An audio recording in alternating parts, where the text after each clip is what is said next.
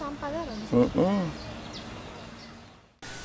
Sampah merupakan permasalahan yang terjadi di kota besar, tidak terkecuali kota Palembang, karena masih rendahnya tingkat kesadaran warga untuk peduli akan lingkungan.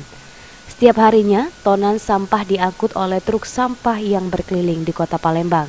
Dari pantauan Pal TV di lapangan, tempat pembuangan akhir TPA Sukawinatan yang memiliki luas kurang lebih 6 hektar, mampu menampung sampah hasil sisa limbah rumah tangga dan juga limbah industri. Setiap harinya puluhan truk sampah mengantri untuk membuang sampah dan dibantu alat berat di TPA.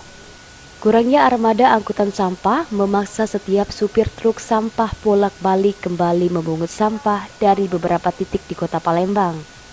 Setiap truknya dalam sehari bisa 3 hingga 4 kali mengambil sampah dan membuang ke TPA Sukawinatan. Mardiansyah, Pal TV.